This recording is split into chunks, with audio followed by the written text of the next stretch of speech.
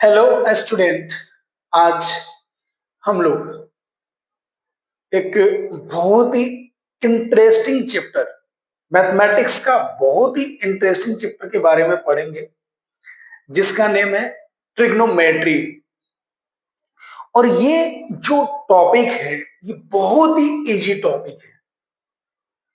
और अगर आप हायर क्लासेज में 11 12 या और भी आगे आप स्टडी करना चाहते हैं, तो इस चैप्टर का बहुत ही इंपॉर्टेंट रोल होता है। ये चैप्टर आपको मैथमेटिक्स में एंड फिजिक्स में बहुत काम आने वाला है। और मैं आपको इस चैप्टर को बहुत ही इजी तरीके से समझाऊंगा। प्लीज इसको आप ढंग से समझने की कोशिश करें। और किसी भी तरीके का अगर आपको प्रॉब्लम आता है, तो आप किसी भी तरीके के डाउट को आप कमेंट करके पूछ सकते हैं। सबसे पहले अपन ये समझते हैं कि ट्रिग्नोमेट्री होता क्या है। What is trigonometry? First of all आप ये ध्यान देना कि ट्रिग्नोमेट्री जो होता है, ट्रिग्नोमेट्री वर्ड जो है एक ग्रीक वर्ड है। और ट्रिग्नोमेट्री वर्ड का जो मीनिंग होता है उसको पहले समझते हैं। ट्रिग्नोमेट्री 3 वर्ड से मिलकर के बना हुआ। पहला आपका होता है ट्राई। Try means 3। सेकेंड आपका होता है गोनिया। गोनिया मीन्स होता है आपका एंगल। और नेक्स्ट होता है आपका मेट्रोन। मेट्रोन का मीनिंग होता है मेजर। आप देख सकते हैं कि ये जो ट्रिग्नोमेट्री है 3 वर्ड से मिलकर के बना होता है। Tri means 3, gonia means angle, metron means measure. आप यहां पे एक चीज समझने की कोशिश करें, सच डेट ये सारी चीजें किसके अंदर होता है। अगर मैं बात करूं कि 3 साइड हो या 3 एंगल हो, अपने ऐसे कौन से पॉलीगन का शेप होता है जिसके 3 साइड एंड 3 एंगल होता है, तो इसमें होता है अपना ट्रेंगल। तो बेसिकली ट्रिग्नोमेट्री चैप्टर में अपन ट्रेंगल के मेजरमेंट के बारे में स्टडी करेंगे, उसके साइड के एंड उसके एंगल के मेजरमेंट के बारे में स्टडी करेंगे। तो यहां पे देखो, आपको मैं बताया हूं कि trigonometry is the study of relationship between sides and angles of triangle. Trigonometry is the study of relationship between sides and angles of triangle. Trigonometry में अपन एक ट्रेंगल के एंगल और उसके साइड के बिटवीन रिलेशन के बारे में स्टडी करते हैं। ओके, आगे बढ़ते हैं। बेसिकली एक चीज यहां पे ये देखेंगे कि इस चैप्टर के अंदर सबसे ज्यादा अपने को, या मेनली अगर जो इसके एप्लीकेशन को या थ्योरी को अप्लाई किया जाता है, तो राइट एंगल ट्रायंगल में अप्लाई किया जाता है। तो सबसे पहले मैं आप लोगों को राइट एंगल ट्रायंगल के बारे में थोड़ा सा एक्सप्लेन करूंगा। आपको आता होगा, फिर भी ध्यान देना। ये राइट एंगल ट्रायंगल हुआ। ये ट्रायंगल को नेम दे दिया मैंने एबीसी। इसमें एक एंगल, कोई भी एक एंगल, जैसे एंगल बी जो है अपना क्या है 90 डिग्री। तो एक ऐसा ट्रायंगल जिसका कोई भी वन एंगल राइट एंगल हो, उसको क्या बोलते हैं? Right angle triangle. ये राइट एंगल हो गया। अब यहां पे आप ध्यान देना, एंगल ए और एंगल सी। एंगल सी यहां पे आपका एक्यूट एंगल होगा, एक्यूट एंगल। और एंगल ए भी आपका क्या होगा? Acute angle. यानी कि एक ऐसा ट्रायंगल जिसका एक एंगल 90 डिग्री और रिमेनिंग 2 एंगल एक्यूट एंगल हो, उसको अपन बोलते हैं राइट एंगल ट्रायंगल। और इस चैप्टर में अपन जनरली राइट एंगल ट्रायंगल की रिक्वायरमेंट भयंकर रूप से पड़ने वाली, तो इसके हर एक पार्ट को समझने की कोशिश करेंगे। ध्यान देना, ये एक्यूट एंगल और ये एक्यूट एंगल है। अब देखना, राइट एंगल ट्रायंगल के जो अपोजिट साइड में, अपोजिट साइड जो होता है और longest side of right angle is called hypotenuse. तो इस ट्रायंगल में ये जो AC होगा आपका, ये क्या होगा, हाइपोटेनियस होगा। AC आपका क्या होगा, हाइपोटेनियस होगा। ध्यान देना आप।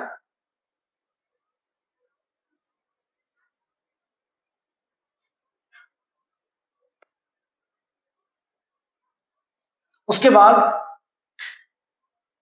एक बात ध्यान देना, बाई एंगल ए, जब कभी भी राइट एंगल में एंगल ए की बात करेगा, ध्यान देना, एंगल ए की बात करेगा, तो एंगल ए के अपोजिट में जो साइड होता है उसको अपन बोलेंगे परपेंडिकुलर। परपेंडिकुलर, देखो हाइपोटेनियस को अपन H से डिनोट करेंगे, परपेंडिकुलर को P से डिनोट करेंगे। अगर एंगल ए की बात करता है तो जो रिमेनिंग साइड बच गया अपना, वो बेस कहलाएगा इस क्वेश्चन के लिए। तो बाई एंगल ए की बात करता है आपको, तो आपका हाइपोटेनियस होगा AC, परपेंडिकुलर होगा BC और आपका बेस होगा AB। ध्यान रखना, इसमें आपको इस बात को याद रखना है कि जो एंगल, जिस एंगल की बात करेगा क्वेश्चन में, जस्ट उसके अपोजिट वाला साइड को अपने को परपेंडिकुलर लेना है, लॉन्गेस्ट साइड हाइपोटेनियस होगा और रिमेनिंग जो साइड होगा आपका बेस होगा।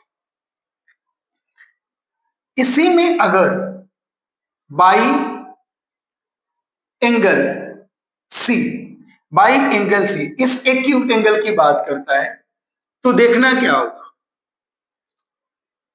सी के सामने जो साइड होगा, सी के जो अपोजिट में साइड होगा वो परपेंडिकुलर बन जाएगा। जैसे ए बी आपका क्या बन जाएगा, परपेंडिकुलर, और रिमेनिंग जो साइड है ये क्या बन जाएगा आपका बेस। तो एंगल सी की बात किया जाए तो हाइपोटेनियस आपका AC ही रहेगा, परपेंडिकुलर आपका हो जाएगा AB और बेस आपका हो जाएगा BC। आप यहां पे देख सकते हैं कि दोनों एक्यूट एंगल की बात करेगा अगर क्वेश्चन में, तो दोनों केस में हाइपोटेनियस सी में, बट परपेंडिकुलर और बेस आपका चेंज हो रहा है। यानी कि परपेंडिकुलर और बेस जो है ये एंगल पे डिपेंड करता है कि क्या एंगल जो है अपने से क्वेश्चन में पूछ रहा है। तो फर्स्ट ऑफ ऑल मैं आपको ये एक्सप्लेन करने की कोशिश किया है कि राइट एंगल ट्रायंगल में ये हाइपोटेनियस होता है, परपेंडिकुलर और बेस का डिसीजन आप एंगल के बेस पे लेंगे।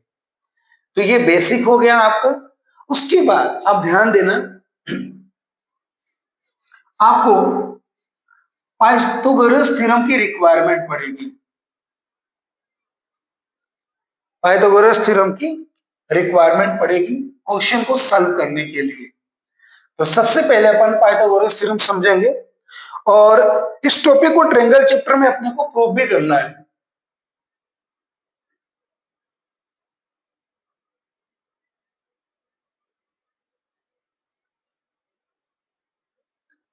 पाइथागोरस थ्योरम, पाइथागोरस थ्योरम क्या होता है ध्यान देना। पाइथागोरस ने एक राइट एंगल ट्रायंगल के तीनों साइड के बिटवीन में रिलेशन बताया और उनका ये बोलना था कि जो लॉन्गेस्ट साइड होता है उस लॉन्गेस्ट साइड का स्क्वायर रिमेनिंग दो साइड के स्क्वायर के सम के इक्वल होता है। It means hypotenuse square equal to होगा perpendicular square plus base square. अगर आप चाहोगे तो इसको इस तरीके से लिख सकते हो, hypotenuse equal to perpendicular square plus base square. Same है फॉर्मूला, सेम है। जैसे ही मैं इस स्क्वायर को राइट हैंड साइड में लेकर के जाऊंगा तो ये रूट में हो जाएगा। वही अगर परपेंडिकुलर स्क्वायर की बात किया जाए तो hypotenuse square minus base square, आप इसको ऐसे भी लिख सकते हो, perpendicular equal to hypotenuse square minus base square. Base square की बात किया जाए, hypotenuse square minus perpendicular square, और बेस इक्वल टू हो जाएगा under root hypotenuse square minus perpendicular square. ये फॉर्मूला आपको रिक्वायरमेंट पड़ेगा। तो फर्स्ट ऑफ ऑल हम लोगों ने राइट एंगल ट्रायंगल का डिस्कशन किया, हाइपोटेनियस, बेस और परपेंडिकुलर के बारे में समझा, और नेक्स्ट अपन ने पाइथागोरस थ्योरम को भी समझा। अब अगेन लौटते हैं ट्रिग्नोमेट्री पे, ध्यान देना।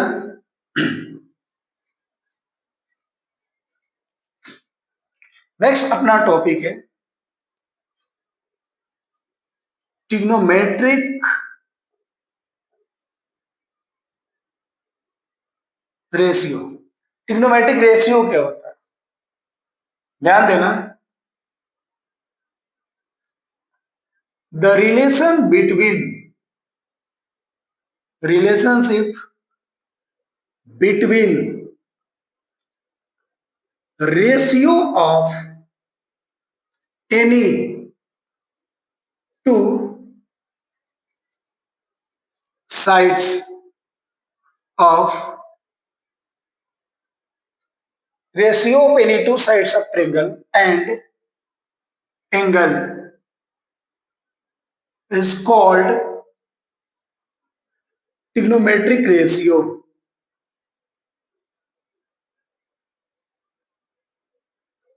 इसको ट्रिग्नोमेट्रिक रेशियो बोलते हैं। अब जो किसी भी ट्रायंगल के, जनरली राइट एंगल ट्रायंगल की बात करें, और उसके दो साइड के रेशियो और एंगल के बिटवीन रिलेशन बताता है, तो उसको अपन बोलते हैं ट्रिग्नोमेट्रिक रेशियो। और टोटल जो अपना ट्रिग्नोमेट्रिक रेशियो होता है वो 6 है। कौन कौन है देखते हैं। पहला अपना आता है,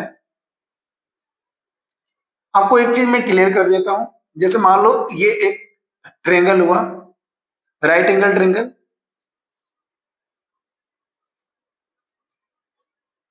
मैं इस एंगल को थीटा सपोज कर लेता हूं आपको समझाने के लिए। This is right angle triangle, angle C is theta. तो थीटा के सामने वाली जो साइड होगी ए बी, ये आपका परपेंडिकुलर होगा। सबसे लॉन्गेस्ट साइड एसी हाइपोटेनियस होगा, और ये बीसी आपका बेस हो गया इस डायग्राम में। अब आप साइन थीटा निकालते हो तो साइन थीटा क्या बोला जाता है, परपेंडिकुलर बाई हाइपोटेनियस। एक राइट एंगल ट्रायंगल में परपेंडिकुलर और हाइपोटेनियस का रेशियो साइन थीटा के इक्वल होता है। तो sine theta equal to perpendicular by hypotenuse. Cos theta की बात करोगे तो ये होता है आपका बेस बाई हाइपोटेनियस। आप टेन थीटा की बात करोगे तो ये आपका होता है परपेंडिकुलर बाई बेस। और साइन थीटा के रेसिप्रोकल होता है कॉसेक थीटा। तो कॉसेक थीटा आपका होगा hypotenuse by perpendicular, sec theta आपका होगा हाइपोटेनियस बाई बेस, और कॉट थीटा आपका होगा बेस बाई परपेंडिकुलर। आप देख सकते हैं ये 6 ट्रिग्नोमेट्रिक रेशियो होता है, और इनके ही बेस पे अपन को जो फर्स्ट टाइप के क्वेश्चन होते हैं उसको सॉल्व करना होगा। तो ये 6 ट्रिग्नोमेट्रिक रेशियो है, और आपको इनके सबके जो फॉर्मूला होगा वो क्लियर आपको याद होना चाहिए, क्योंकि जब तक आपको फॉर्मूला याद नहीं होगा फिर आपको क्वेश्चन में बहुत ही बड़ी तरह की प्रॉब्लम क्रिएट होने वाली, ये आप ध्यान रखें। फर्स्ट ऑफ ऑल फॉर्मूला और कंसेप्ट क्लियर रखना होता है मैथमेटिक्स के अंदर। आप जितने भी उसकी बेसिक को कंसेप्ट को समझेंगे, आप मुश्किल से मुश्किल क्वेश्चन को इजी तरीके से आप सॉल्व कर सकते हो। तो यहां पे मैं आप लोगों को ट्रिग्नोमेट्रिक रेशियो के बारे में एक्सप्लेन कर दिया। अब देखो क्या करते हैं। अगर मैं एनसीईआरटी बुक के अकॉर्डिंग बात करूं, तो एनसीईआरटी बुक के अकॉर्डिंग पहला जो एक्सरसाइज दिया हुआ है, जो एनसीईआरटी बुक हो आपका, या आप जो भी अदर तरीके के रेफरेंस बुक यूज करते हो, हर एक बुक के अंदर जो फर्स्ट एक्सरसाइज इस चैप्टर में दिया हुआ रहता है, अकॉर्डिंग टू अपने क्लास के अकॉर्डिंग की बात किया जाए तो आप फर्स्ट एक्सरसाइज के क्वेश्चन के लिए इतना ही थ्योरी आपके लिए सफिशियंट है। अब आप ध्यान देना, मैं एक एग्जांपल ले रहा हूं। एग्जांपल फर्स्ट, क्वेश्चन किस तरीके का पूछता है। देखो मैं आप क्या कर रहा हूं कि मैं जितने टाइप के क्वेश्चन आपसे पूछा जाता है उसको टाइप के फॉर्मेट में आपको कन्वर्ट करके एक्सप्लेन कर रहा हूं, जिससे कि आपको प्रॉब्लम नहीं आए। देखो पहला आपसे पूछा जाएगा, फर्स्ट एग्जांपल की मैं बात करूं कि in in triangle ABC right angle at B in which AB equal to 12 centimeter and BC equal to 5 centimeter. Find sin A, cos A, tan C, cosec C, cosec C। मान लो आपसे कुछ भी पूछ दिया, यहां पे कुछ भी पूछ दिया गया, क्या दिया हुआ है कि ट्रेंगल एबीसी एक राइट एंगल ट्रेंगल है जिसमें एबी आपका 12 सेंटीमीटर है और बीसी आपका 5 सेंटीमीटर है। देखना ध्यान से, जब भी आपको इस तरीके का कोई भी क्वेश्चन पूछे आपको बिल्कुल भी नहीं घबराना है, बहुत ही आसान क्वेश्चन है ये। कोई भी इस तरह के क्वेश्चन पूछेगा, आप फर्स्ट ऑफ ऑल डायग्राम बनाओ, रफली डायग्राम बनाओ। देखना है आप यहां पे, और जितने ध्यान से आप क्वेश्चन को पढ़ेंगे ना, जितने ध्यान से आप क्वेश्चन को पढ़ेंगे तो डायग्राम आपको बनाने में बिल्कुल भी प्रॉब्लम नहीं आएगी। बहुत सारे बच्चों का ये बोलना होता है कि यार मेरे को डायग्राम बनाने में प्रॉब्लम होती है, मुझे समझ में नहीं आता मैं कैसे बनाऊं, कैसे करना है। अरे भाई आप उस क्वेश्चन को पढ़ो, बहुत ही ध्यान के साथ पढ़ो। देखो मैं आपको बता रहा हूं, in triangle ABC right angle at B, यानी कि अपने को एक ऐसा ट्रेंगल बनाना है जिसका राइट एंगल जो होगा वो बी होना चाहिए। ये ट्रेंगल हो गया आपका और इसका राइट एंगल बी। अब क्या बोला जा रहा है यहां पे, ध्यान से देखना, sorry, A B equal to 12 centimetre. ये जो ए बी अपना साइड है ये 12 सेंटीमीटर गिवन है, बीसी जो अपना साइड है ये 5 सेंटीमीटर गिवन है, और बहुत सारे ट्रिग्नोमेट्रिक रेशियो की वैल्यू अपने से पूछ रहा है। ध्यान देना, इस तरीके के कोई भी आपका क्वेश्चन अगर आता है तो पर ये जो ट्रेंगल की जो तीनों साइड है, जैसे अगर मैं बात करूं कि मान लो ये परपेंडिकुलर हुआ, ये बेस हुआ और ये हाइपोटेनियस है, तो परपेंडिकुलर, देखो ये क्या होता है, एक परपेंडिकुलर होगा, एक बेस होगा और एक हाइपोटेनियस होगा। इस तीनों में से क्वेश्चन के अंदर दो ही वैल्यू आपको गिवन होगी, ये आपको ध्यान देना। परपेंडिकुलर, हाइपोटेनियस एंड बेस में से थ्री वैल्यू है, इसमें से दो ही वैल्यू गिवन होगी, तो एक वैल्यू को आपको फाइंड करना पड़ेगा पाइथागोरस थ्योरम से। हर क्वेश्चन में। उसके बाद ही आपसे जो पूछा गया है उसको आप सॉल्व कर सकते हैं। और मैं आपको अभी समझा रहा हूं, ध्यान देना। मान लो अपन ये पहला क्वेश्चन लेते हैं, साइन ए पूछ रहा है। साइन ए, इट मींस किस एक्यूट एंगल की बात कर रहा है ये क्वेश्चन? ये एंगल ए की बात कर रहा है। एंगल ए इस डायग्राम में जाकर के आप देखो, ये है अपना एंगल ए, इसकी बात कर रहा है। अब एंगल ए के अकॉर्डिंग अगर आप इस क्वेश्चन में ये चेक करना चाहो कि परपेंडिकुलर क्या होगा, तो इस एंगल ए के अकॉर्डिंग आपका परपेंडिकुलर होगा 5 सेंटीमीटर। एंगल ए के अकॉर्डिंग आपका बेस होगा 12 सेंटीमीटर। बट हाइपोटेनियस इस क्वेश्चन में गिवन नहीं है। और अगर मैं आपसे बात करूं कि साइन ए यानी sine theta equal to formula क्या होता है? Perpendicular by hypotenuse. अब आप देखो कि साइन ए की वैल्यू को अब आप फाइंड कर सकते हो जब आपको क्वेश्चन में हाइपोटेनियस गिवन हो एंड परपेंडिकुलर गिवन हो। But in this question perpendicular and base are given but hypotenuse are not given। तो आप परपेंडिकुलर तो लिख दोगे, अब ये कहां से लिखोगे? हाइपोटेनियस कैसे लिखोगे? ऐसे क्वेश्चन को समझना होता है, क्वेश्चन में अप्रोच कैसे लगानी होती है, क्वेश्चन को स्टार्टिंग कैसे करना होता है, इसको समझना सबसे इंपॉर्टेंट होता है मैथमेटिक्स के अंदर।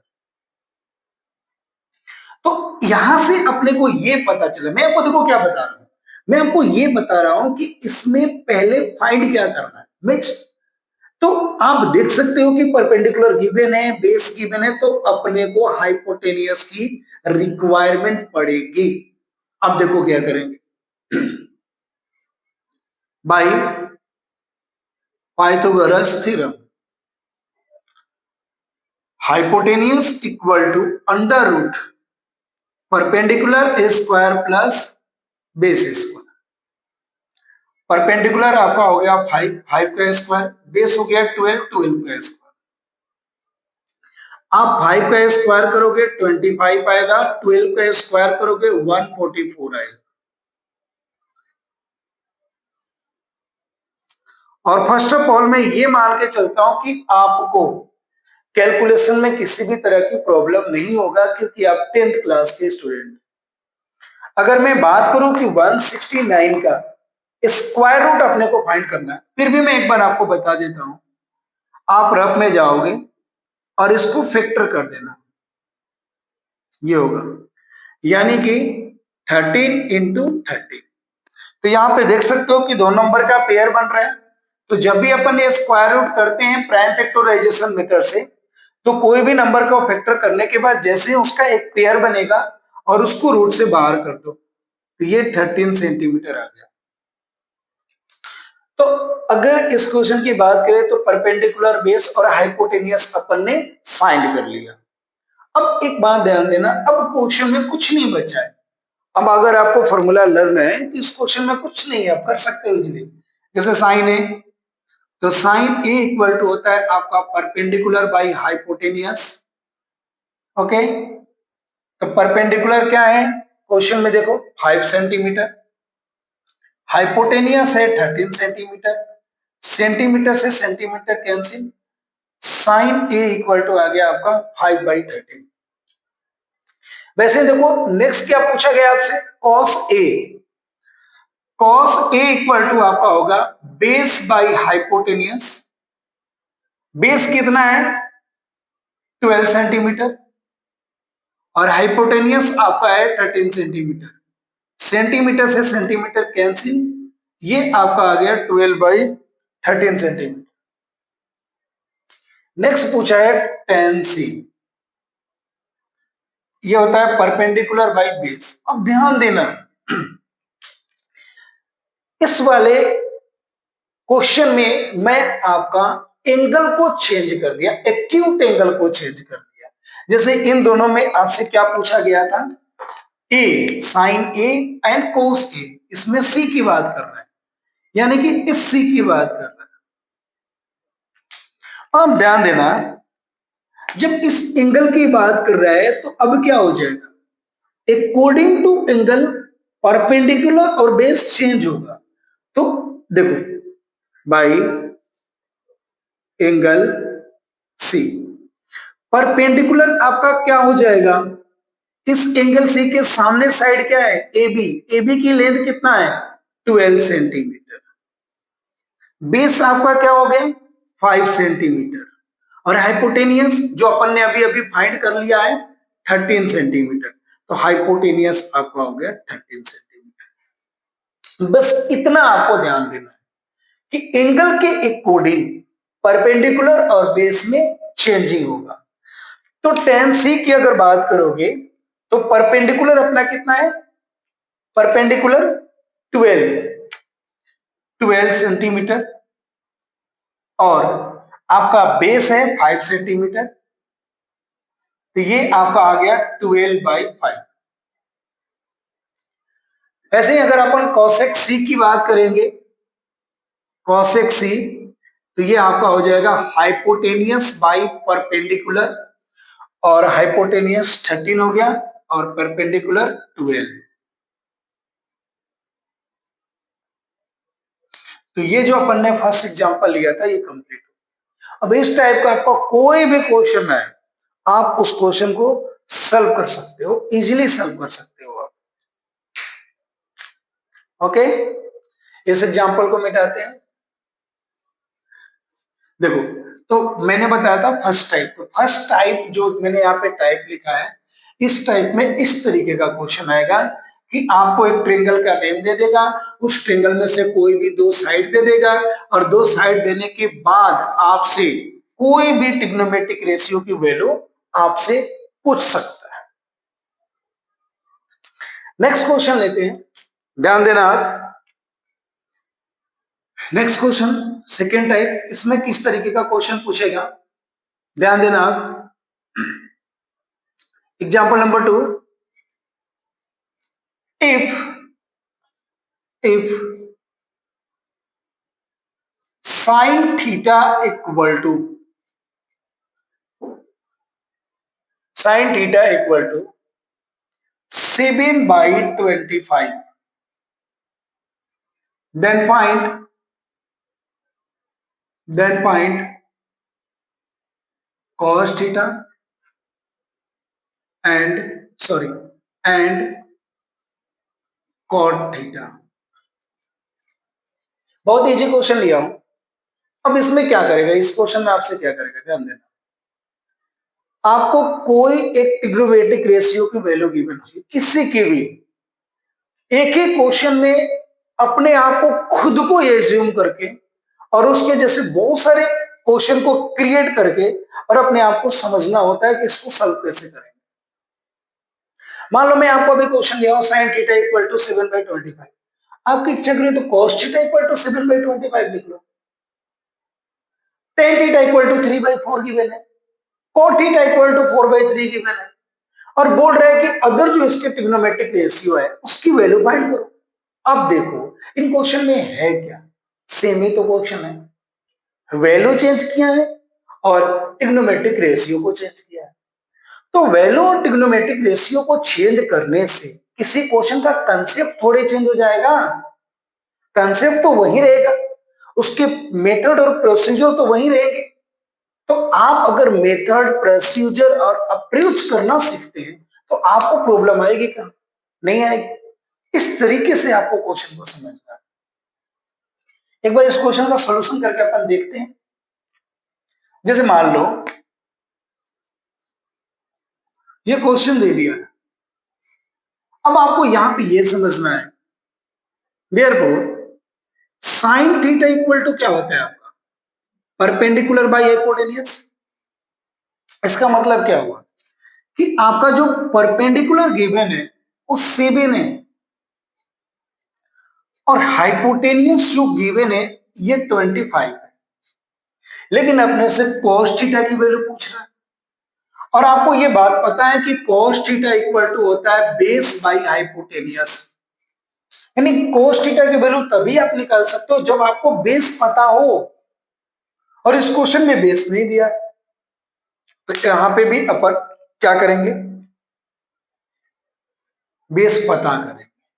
एक चीज और मैं बता रहा हूं, ध्यान देना, जब भी ऐसी वैल्यू गिवन हो और उसके यूनिट नहीं दिया हो, जैसे यहाँ पे देख सकते हो कि 7/25 का यूनिट आपसे को नहीं दिया हुआ है, तो आप अपनी मर्जी से इसको सपोज कर लोगे कि लेट p इक्वल टू 7 के, कोई भी एक कांस्टेंट वैल्यू ले लो,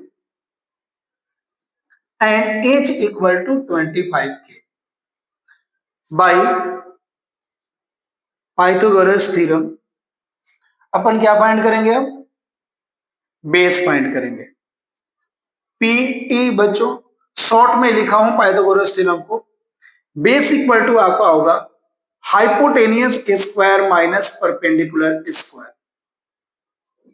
हाइपोटेनियस आपका होगा 25 के स्क्वायर माइनस 7 के स्क्वायर। ध्यान देना यहां पे आप, 25 का स्क्वायर होगा आपका 625, 7 का स्क्वायर होगा 49, इसमें से आप माइनस करोगे तो आएगा 576 के स्क्वायर, और इसका रूट निकालोगे तो 24 के आएगा। ये अपनी बेस की वैल्यू हो गई। अब आपसे cos थीटा पूछना है, तो cos थीटा क्या होता है, बेस बाई हाइपोटेनियस। बेस क्या है अपना, बेस अपन ने अभी फाइंड किया 24 के, और हाइपोटेनियस है 25 के, तो के से के कैंसिल हो जाएगा, 24/25, ये आपका आंसर हो जाएगा cos थीटा की वैल्यू। नेक्स्ट अपने से पूछा है cot थीटा, तो cot थीटा अपना क्या होता है, बेस बाई परपेंडिकुलर। इस क्वेश्चन में बेस क्या है 24 के, परपेंडिकुलर क्या है आपका 7 के से के कैंसिल, ये आपका आ गया 24/7। तो इस तरीके से ये क्वेश्चन जो है आपका कंप्लीट हो गया। अब इसमें है क्या, बता, बहुत आसान क्वेश्चन। एक काम और करते हैं, ये चीजें तो आपको क्लियर हो ही गई। अगर मान लो इसी क्वेश्चन को वो बहुत तरीके से कन्वर्ट करके दे सकते हैं आपसे, बोल दिया कि sin theta equal to 7/25 then find, यहां पे कुछ भी लिख दिया, मान लो cos theta plus sin theta पूछ दिया। देखो क्वेश्चन पूछने के बहुत सारे तरीके हैं, cos theta plus sin theta ये पूछ दिया, 1 + tan theta by cosec theta, ध्यान देना। या क्वेश्चन आपसे ये पूछ दिया cosec theta into sec theta अब प्लस tan स्क्वायर थीटा।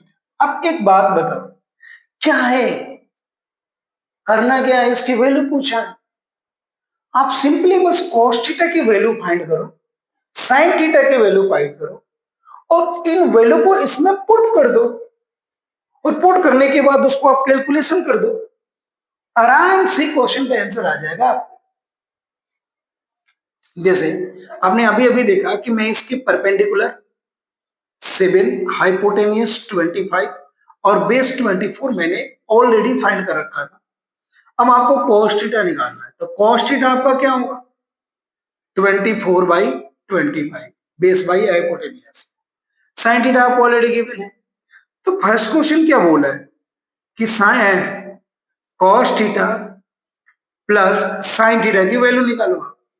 क्या करोगे आप, cos थीटा की वैल्यू पुट करो 24/25 और sin थीटा की वैल्यू 7/25, दोनों का आपने एलसीएम ले लिया 24 + 7, ये आपका हो गया 31/25। बस अब इसको चेंज करने से दिक्कत कहां आ रही है, बस कैलकुलेशन करनी है। तो cos theta plus sin theta की जो वैल्यू आ गई आपकी क्या आ गया 31/25। ओके, नेक्स्ट लेते हैं अपन। नेक्स्ट क्या पूछा है, ध्यान देना, question number 2। Question number second पूछा है 1 plus tan theta by cosec theta. तो 1 plus tan theta by cosec theta पूछा है, तो अपने को क्या क्या पता होना चाहिए? अपने को टेन थीटा और कोसेक थीटा की वैल्यू निकालनी पड़ेगी। अब टेन थीटा क्या होगा? टेन थीटा आपका होगा परपेंडिकुलर बाई बेस, यानी कि परपेंडिकुलर अपना कितना है 7, अब बेस है 24। नेक्स्ट आपका है कोसेक थीटा, ये आपका क्या होगा? हाइपोटेनियस बाई परपेंडिकुलर 25 और परपेंडिकुलर कितना है 7। अब आप क्या करो, इसकी वैल्यू रखो 1 plus tan theta by cosec theta. 1 plus tan theta कितना अपना 7 by 24 by cosec theta, sorry cosec theta कितना है 25 बाई 7। अब आपको इसको कैलकुलेशन करना है, एलसीएम ले लिए,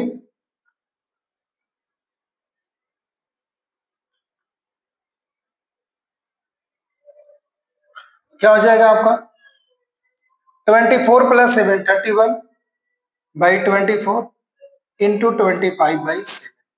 जब भी आपका कैलकुलेशन में फ्रैक्शन का फ्रैक्शन आया तो आप क्या करोगे, ऊपर वाले पार्ट को नीचे से और इन दोनों को मल्टीप्लाई कर दो, तो ये हो गया 31 इंटू 7 बाई 24 इंटू 25। आप इसको मल्टीप्लाई कर लेना, आपका क्या आ जाएगा, आंसर आ जाएगा। इस तरीके से क्वेश्चन को करना होता है।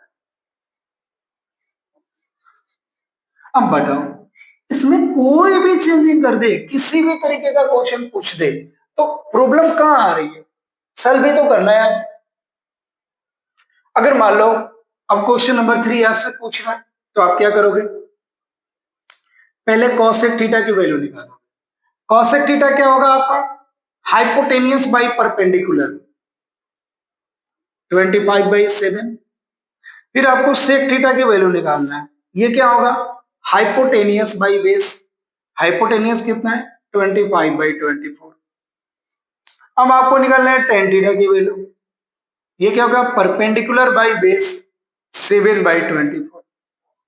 अब इसकी वैल्यू यहां पे पुट कर दो, cosec theta 25 by 7, sec theta 25 by 24 plus tan theta 7 by 24 का होल स्क्वायर। ये मल्टीप्लाई हो जाएगा तो आपका क्या हो जाएगा 625, ये हो गया 168, 7 के स्क्वायर हो गया 49 और 24 का स्क्वायर हो गया 576। अब इसको क्या करना है, आपको एलसीएम लेकर के इसको सॉल्व कर देना है। तो इस तरीके के क्वेश्चन आएंगे, इसमें कुछ भी पूछे आपको, कोई भी क्वेश्चन पूछे, आपको प्रॉब्लम नहीं होनी चाहिए। नेक्स्ट क्लास में इसके आगे अपन कंटिन्यू करेंगे, तब तक के लिए धन्यवाद।